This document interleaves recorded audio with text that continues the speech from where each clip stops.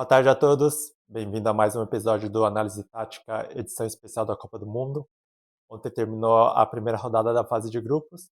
Agora vamos falar um pouco das principais seleções, dos destaques e algumas coisas que vamos projetar para a segunda rodada. Vamos lá? Falando dos destaques da primeira rodada da Copa do Mundo, vamos começar pelas anfitriãs, México, Canadá e Estados Unidos. O México fez a abertura da Copa e ganhou bem da África do Sul por 2-0, um gol do artilheiro Raul Jiménez. E depois foi a Canadá que entrou em campo. Mesmo com o empate de 1-1 com a Bósnia, eu achei que o Canadá jogou muito bem, apresentou um futebol bem vertical, não ficou só trocando passes, mas sim toda hora procurando fazer o gol e ganhar o jogo. O time que é treinado pelo Jesse March, que já foi técnico do Leeds United. E depois quem entrou a campo foi os Estados Unidos. Esse mesmo surpreendeu mais ainda, não só pela goleada em cima do Paraguai por 4-1, mas principalmente pela ótima atuação, pelo futebol bem vistoso, treinado pelo Maurício Pochettino. Agora falando da Alemanha, no jogo de domingo, aplicou um 7-1 em cima da seleção de Curaçao. O principal destaque foi Kai Havertz, que fez 2 gols, fez uma ótima atuação. Eu vi que a Alemanha teve, até mesmo por jogar contra uma seleção mais fraca, não mostrou nenhum momento de perigo e fez o que tinha que fazer como favorito e ganhou o jogo de uma forma bem positiva em cima de Curaçao. E outro destaque também que é o Manuel Neuer, que é o goleiro mais velho, é o jogador mais velho que entrou em campo pela seleção alemã. Depois também no domingo, né, tivemos o jogo entre um bom jogo, né, da Holanda contra o Japão. A Holanda sobre a Laranja Mecânica comandado pelo Ronald Koeman. Mesmo com o empate de 2-2 e saindo 2 vezes na frente, não conseguiu sair com a vitória, mas jogou um bom futebol. A Holanda sempre dá trabalho na Copa do Mundo, mas vamos ver se com esse elenco que, para falar a verdade, é médio para forte, vamos ver se tem a chance, realmente chance de, quem sabe dessa vez, levar a Copa. Mas por outro lado, tiveram também o Japão, que são os samurais, né?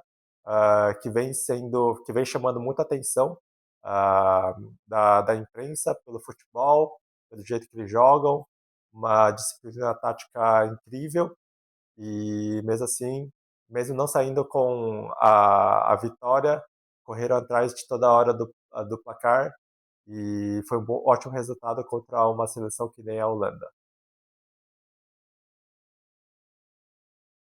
Agora, a próxima seleção a comentar é a Espanha. A Espanha jogou contra o Cabo Verde. As pessoas falaram muito em decepção, que eu concordo, mas não vejo como um fracasso. Foi uma decepção porque a Espanha era a franca favorita para ganhar, muito favorita para ganhar de uma seleção que nem a Cabo Verde, com todo respeito, pela tradição também que a Espanha tem, que é uma campeã da Euro, campeã da Copa do Mundo e os jogadores que tem. E o principal destaque, claramente fica pelo goleiro Vozinha, né?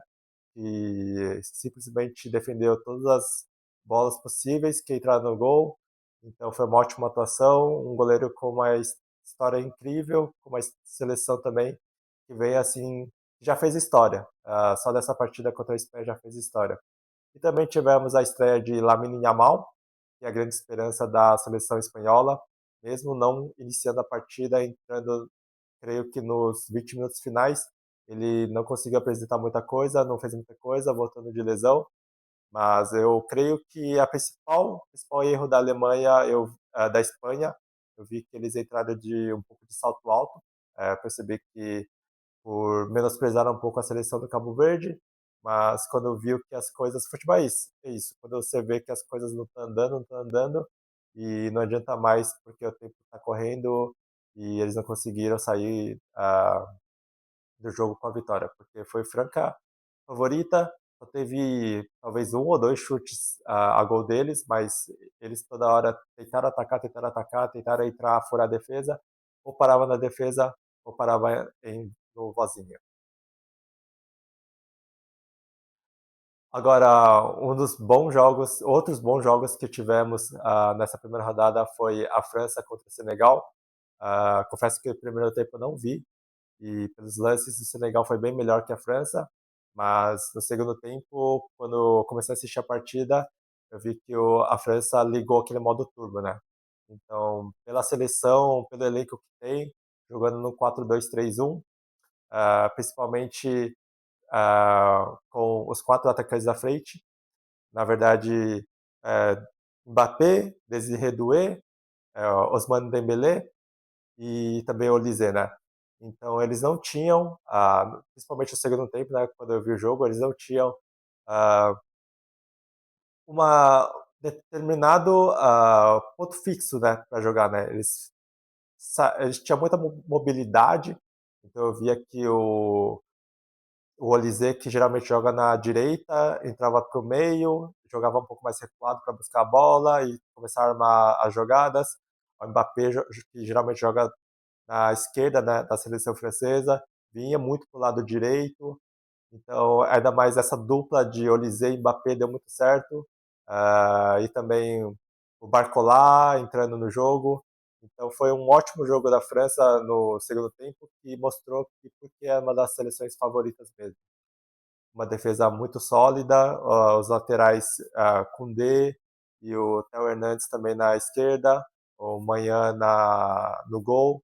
O Manhã eu acho que trouxe um pouco de segurança, porque algumas bolas ele meio que deixou largado assim, espalmou um pouco estranho, mas ainda assim é um dos principais goleiros. No meio campo, Chouameni e Rabiot, fazendo essa dupla de volante e de armadores, fazendo esse clássico box-to-box, que hoje a gente fala no futebol moderno. E a única ressalva é que o nosso querido Kanté já não é mais titular e também não entrou no jogo, né? Mas de resto, a ótima seleção francesa fez um ótimo segundo tempo. Do lado do Senegal também, eu vi que da parte do Senegal cansou um pouco, né? Porque eles, creio que correu muito no primeiro tempo e eu não vi muitas jogadas, principalmente com o Sané, né? Não, Sané não, o Mané. E teve um gol anulado do Jackson também. Mas a defesa foi muito exigida. Quando o jogo ainda estava equilibrado no segundo tempo, o Koulibaly ah, desarmou várias jogadas. O Mendy, que é um ótimo goleiro, também defendeu várias bolas difíceis. Então, quem sabe nesse grupo o Senegal possa passar em segundo lugar e talvez a critério em terceiro, porque é uma seleção bem interessante de ser vista. Agora, falando da principal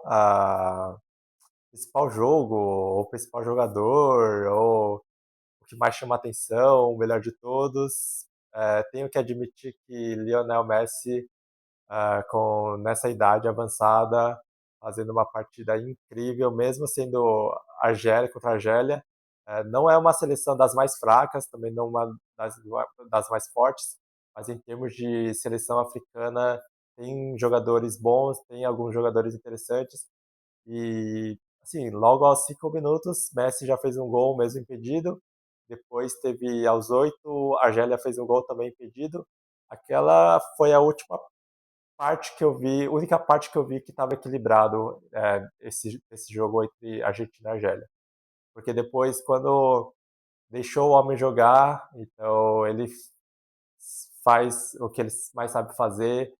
Eu acho que a Argentina, eu tinha uma preocupação, eu tinha uma verdadeira dúvida se ela viria a ser uma das favoritas. Primeiro porque o elenco não mudou muito, e é uma seleção 4 anos mais velha, envelhecida, e também não conta mais com um dos principais jogadores, que é o Di Maria, né? Mas depois da atuação que eu vi contra a Argélia, jogando no 4-3-3, ou 4-3-1-2, né? Que é o Almada fazendo essa parte do armador, servindo Messi e Lautaro Martinez. Um meio-campo muito sólido, muito forte, com o McAllister, Enzo Fernandes, McAllister e o Rodrigo De Paul. Então, assim, a Argentina já não, joga mais sem aquele peso ter que ganhar uma Copa, né, com o Messi. Então eu vi o Messi muito livre, muito solto, muito à vontade em campo. Eh, Ele via buscar algumas jogadas no meio-campo, atacava, servia. Ele já não é mais aquele jogador que só fica no último terço para pegar a bola, driblar e finalizar. Ele vai lá até o meio-campo, pega a bola, arma. Então, é uma coisa que, por estar jogando mais leve, a Argentina sem essa responsabilidade pode chegar muito longe, porque é um time muito forte e mesmo no, com uma idade avançada, Lionel Messi nos surpreende. Já agora, até esse momento do vídeo, já é o maior goleador ao lado do Miroslav Klose, o artilheiro das Copas do Mundo, e tem toda a possibilidade de passar, ainda mais no próximo jogo ou nessa Copa do Mundo. Agora, outro destaque também fica pelo Harry Kane, o jogo da Inglaterra contra a Croácia. Um ótimo jogo, 4-2. Confesso que, mesmo a Croácia sendo uma seleção muito envelhecida, ainda mais com os mesmos jogadores como Modric, tem o Kovacic, que é reserva, Perisic, e também o goleiro Livakovic, jogadores que já jogaram 3 Copas já. Então ainda estão lá, mas mesmo assim é uma seleção forte a Croácia, né? Então a seleção da Inglaterra, que é liderada pelo Thomas Tuchel, fez um ótimo jogo. Acho que mesmo tomando 2 gols, em nenhum momento ah, sofreu para ter algo de perigo que pudesse afetar o resultado do jogo deles. Então foram 3 pontos muito bem construídos. E eu queria, assim, fazer uma comparação, não técnica nem de habilidade entre Kane e Messi, mas eu acho que o estilo de jogo deles hoje atualmente, só o estilo de jogo, não o nível técnico ou capacidade técnica, que o Messi é muito, muito melhor, mas os dois hoje realmente jogam de uma forma parecida. Ele também, desde o Bayern já está. Começou no Tottenham, mas mais no Bayern ele é aquele. Não é só o centroavante número 9, né? Ele vai para o meio campo, até mesmo até o, no lado defensivo, ele pega a bola, já constrói a jogada, faz lançamento, faz passes, assistência, jogadoraço, faz gol, cabeceia, ah, cobra o pênalti. Então, nessa parte de estilo de jogo, nesses últimos 2 anos, o Kane e o Messi têm tido uma semelhança muito grande. Os dois fazendo, cumprindo esse papel, essa função, de uma maneira excelente.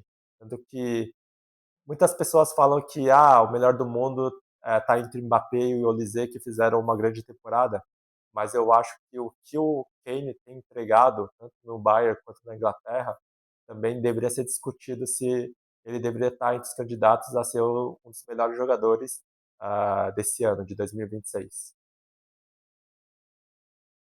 E por último, deixando por último, né, sempre essa comparação quando a gente fala do Messi, a gente lembra do Cristiano Ronaldo. Então, eu confesso que não assisti o jogo, só vi os melhores momentos, e realmente tem muito essa diferença. Eu não falei na parte da Argentina, mas a seleção argentina, o time todo, queira ou não, se doa para potencializar o melhor do Lionel Messi, para sempre buscar a jogada com ele, sempre buscar que o último homem é com ele e ele decidir. E assim, você consegue ver que o time joga por ele. E em Portugal não. Talvez isso, não sei, minha opinião, possa ser um ego do astro português.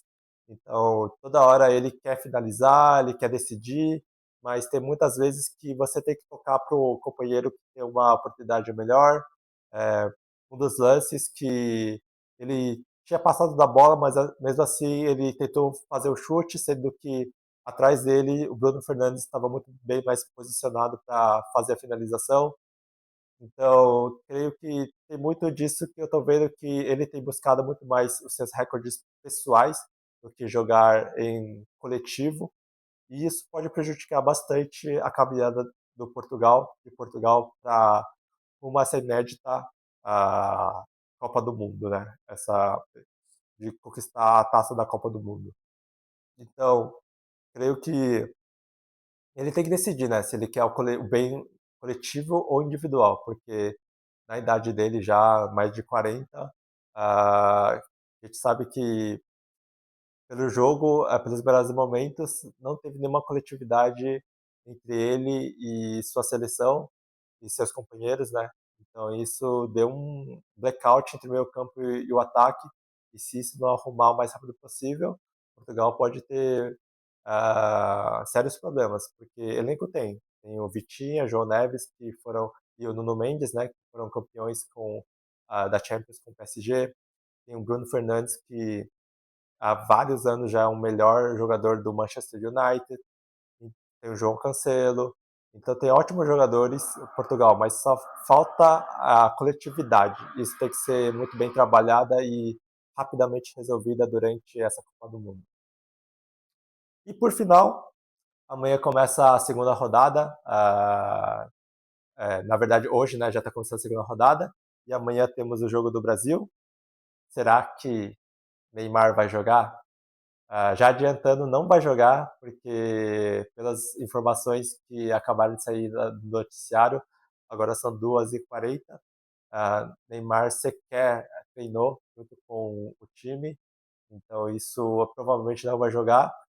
Então fica essa discussão, né? Se deveria ter levado ele ou não, mas vamos ver agora no segundo jogo do Brasil. Esperamos que Ancelotti faça as devidas alterações dentro do time e que a seleção brasileira saia com um ótimo resultado. Então é isso. Obrigado por assistir esse vídeo. Não esqueça de curtir, comentar e compartilhar. E até o próximo episódio da análise tática do jogo 2 do Brasil contra o Haiti. Até mais.